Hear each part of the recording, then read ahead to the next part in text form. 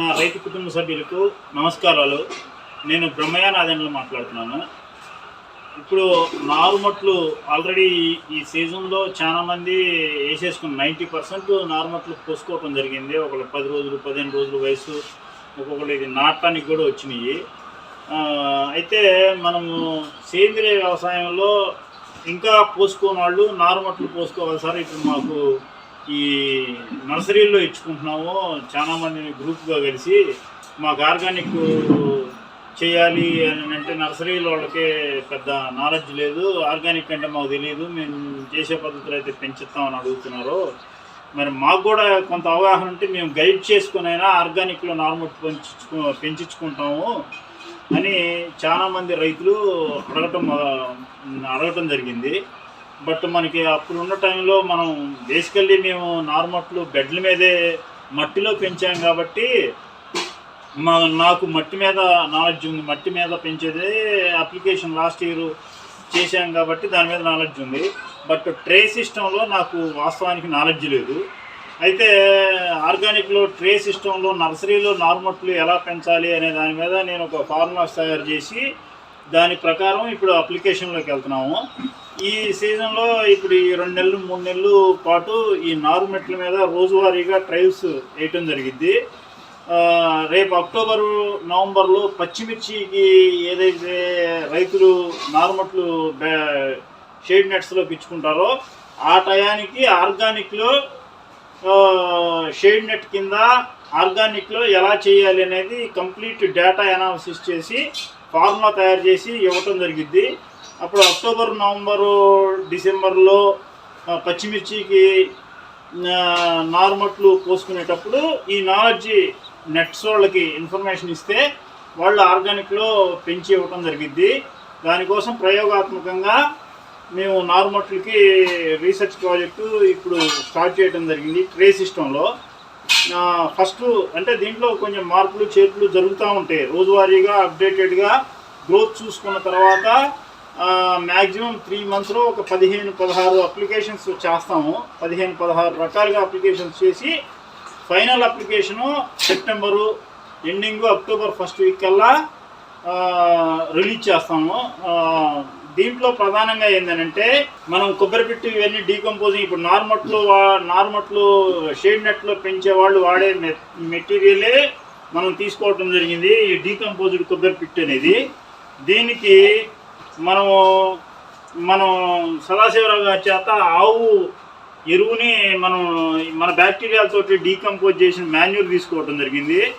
దీంతోపాటు మైకోరైజా అని ఫంగస్ మనం రైతు స్థాయిలో తయారు చేసుకున్న ఈ మైకోరైజా ఫంగస్కు సంబంధించి దీనికి మైకోరైజా ఫంగస్తో పాటు 30 రకాల ఫంగస్ 20 రకాల ఫంగస్ బ్యాక్టీరియాలు 10 రకాల ఫంగస్ యాడ్ చేసిన ఈ మట్టి తీసుకోవడం జరుగుతుంది. అయితే ఇది ఫస్ట్ టైం చేసేటప్పుడు అప్లికేషన్ ఎలా చేస్తున్నామంటే ఒక 9 కేజీలు డీకంపోజ్డ్ కొబ్బరి పిట్టికి 1 కేజీ మాన్యూర్ ఇచ్చి, ఇది డీకంపోజ్డ్ మాన్యూర్ అనేది పశువుల పెండని డీకంపోజ్ చేసిన మాన్యూర్ అనేది 1 కేజీ 200 గ్రామ్స్ మైకోరైజా ఫంగస్ ఇవ్వటం జరుగుతుంది. 200 గ్రాములు మైకోరైజా ఫంగస్ ఇవ్వటం జరుగుతుంది. ఈ కాంపోజిషన్లో దగ్గర 11 ట్రేల్కి ఈ 10 కేజీల మెటీరియల్ 10 కేజీల 200 గ్రాముల మెటీరియల్ వాడటం జరుగుతుంది. ఇది మాకు లెక్క ప్రకారం 11 ట్రేస్కి 100 ఒక ట్రేకి వచ్చేసరికి 100 మొక్కలు పెంచే ట్రేస్ తీసుకోవడం జరిగింది. మనము ఇలాంటి ట్రే తీసుకోవడం జరిగింది. ఇందులో 100 మొక్కలు వస్తాయి. 98 మొక్కలు రావటం జరుగుతుంది.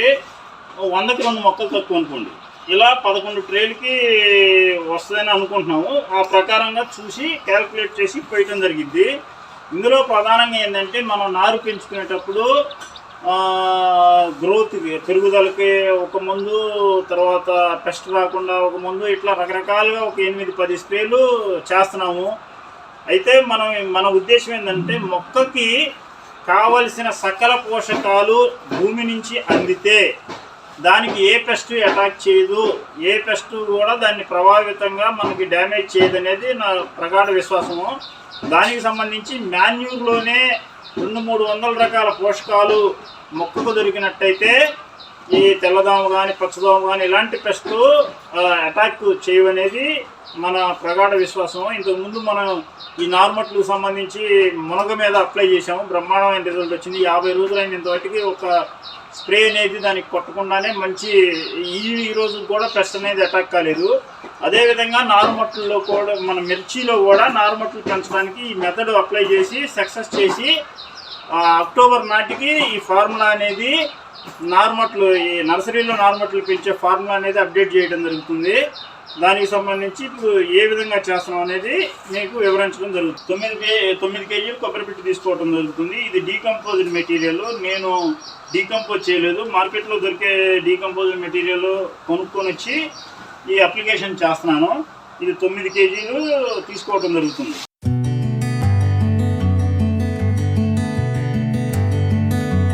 కరెక్ట్గా ఇది 9 కేజీలు తీసుకోవటం జరిగింది.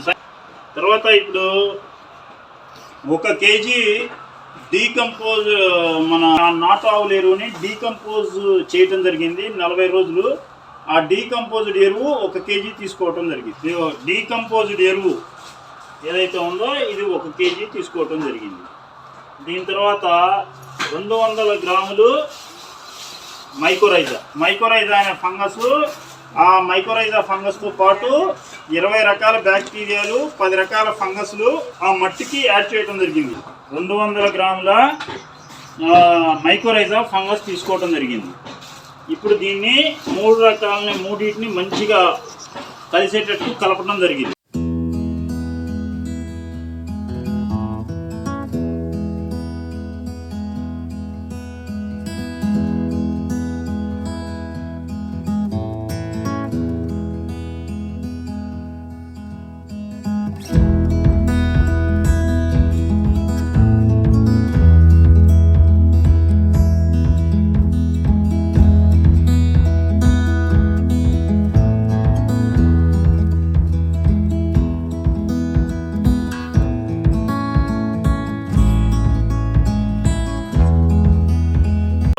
ఈ రకంగా మనం కలుపుకున్న తర్వాత ఇప్పుడు మనం విత్తనాలు ప్లాంటేషన్ చేస్తున్నాము. మనం వేసే విత్తనం ఏంటంటే సర్పన్ సీడ్స్ వాళ్ళది దండికట్టు 2 అనే వెరైటీ వేయటం జరుగుతుంది.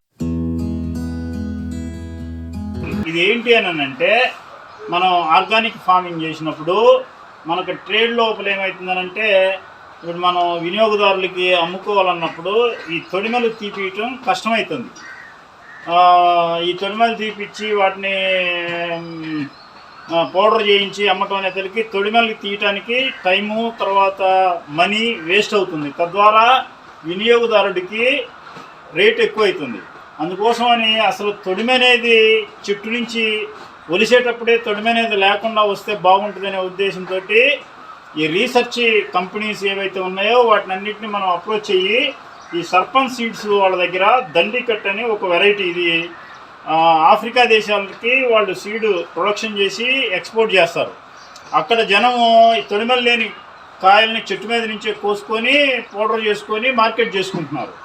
మనకి ఇది ఉపయోగపడుతుంది అని చెప్పేసి కంపెనీ వాళ్ళని అడిగి శాంపిల్స్ తీసుకురావడం జరిగింది. దండికట్ 2 అనేది ఈ సంవత్సరం మన తెలుగు రాష్ట్రాల్లో ఫీల్డ్ చేసి ఆర్గానిక్ ఫార్మర్స్కి భవిష్యత్తులో ఇది చాలా ఉపయోగకరమైంది. సొంతంగా 1/2 ఎకరం 1/4 ఎకరం వేసుకొని పండించి సొంతంగా మార్కెట్ చేసుకునే వాళ్ళకి ఇది పెద్ద వరంలాగా మారిద్ది.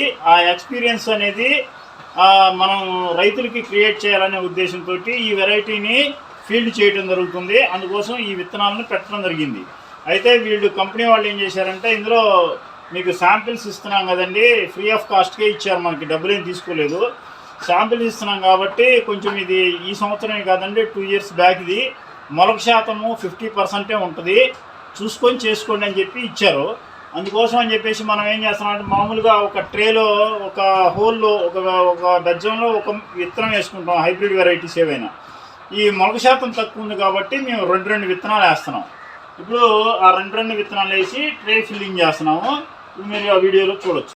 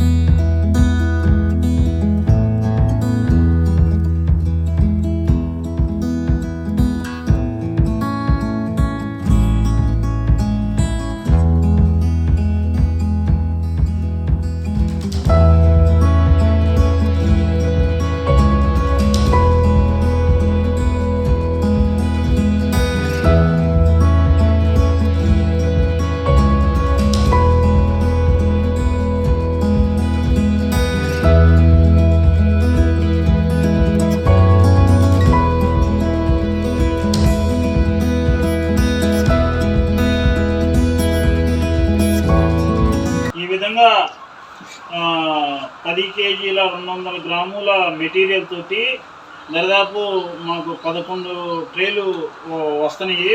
ప్రాక్టికల్ వేసాము ఇంతకుముందు 11-11.5 ట్రేలకు వస్తున్నాయి. ఆ రకంగా ఇది అప్లికేషన్ చేసి మొలక శాతం చూసుకొని 30 రోజులు 40 రోజులు పెంచిన తర్వాత ఇలానే కాకుండా నెక్స్ట్ బ్యాచ్ ఇప్పుడు ఇది ఒక 10 ట్రేలు 10-11 ట్రేలు ఈ విధంగా చేసాము. నెక్స్ట్ 10 ట్రేలు ఏం చేస్తామంటే కేజీన్నర మాన్యూర్ ఇవ్వటం, పిట్టు 8.5 కేజీలు ఇవ్వటం, తర్వాత మైక్రోరైజా కాన్సన్ట్రేషన్ 200 గ్రామ్స్ నుంచి 250 గ్రామ్స్ అలా ఇచ్చుకుంటా మొత్తం ఒక 15 నుంచి 16 ఎక్స్పెరిమెంట్స్ చేస్తాము. చేసి మీకు రైతు మిత్రులకి అక్టోబర్ ఎండింగ్ నవంబర్ నుంచి సేంద్రీయ వ్యవసాయ పద్ధతిలో ప్రతి నర్సరీ వాళ్ళు కూడా సేంద్రీయ వ్యవసాయ పద్ధతిలో ఈ మొక్కల్ని పెంచే విధానాన్ని పర్ఫెక్ట్ ఫార్ములాస్ ఇచ్చి గ్రోయింగ్ చేయడానికి సహాయపడాలనేది మన ఉద్దేశము. దానికోసం ఈ రీసెర్చ్ ప్రాజెక్ట్స్ చేయడం జరుగుతుంది. ఇలా నీకు ఒక 3 months రీసెర్చ్ చేసిన తర్వాత టోటల్ అవుట్పుట్ అనేది నవంబర్ ఫస్ట్ వీక్లో మనం రిలీజ్ చేసి రాష్ట్ర వ్యాప్తంగా ఉన్న నర్సరీల వాళ్ళకి ఈ ఆర్గానిక్లో నర్సరీని ఎలా పెంచాలి అనేది మనం ప్రాక్టీసెస్ ఇవ్వటం జరుగుతుంది. ధన్యవాదాలు రైతు మిత్రులందరూ.